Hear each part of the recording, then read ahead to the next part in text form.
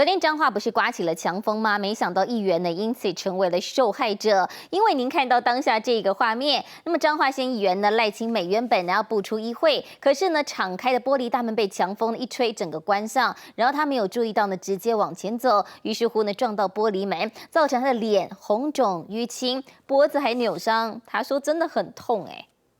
彰化县议员赖清美刚准备走出议会，但原本敞开的大门突然被强风吹倒关了起来。议员一个不注意，猛力撞上，当场被玻璃门包夹，痛到不断摸脸，也让议员当场傻眼。昨天的风真的太大，我人伫遐，你这边个鬼，因为我有夹到，夹到的时候，这边嘛拢乌青嘛，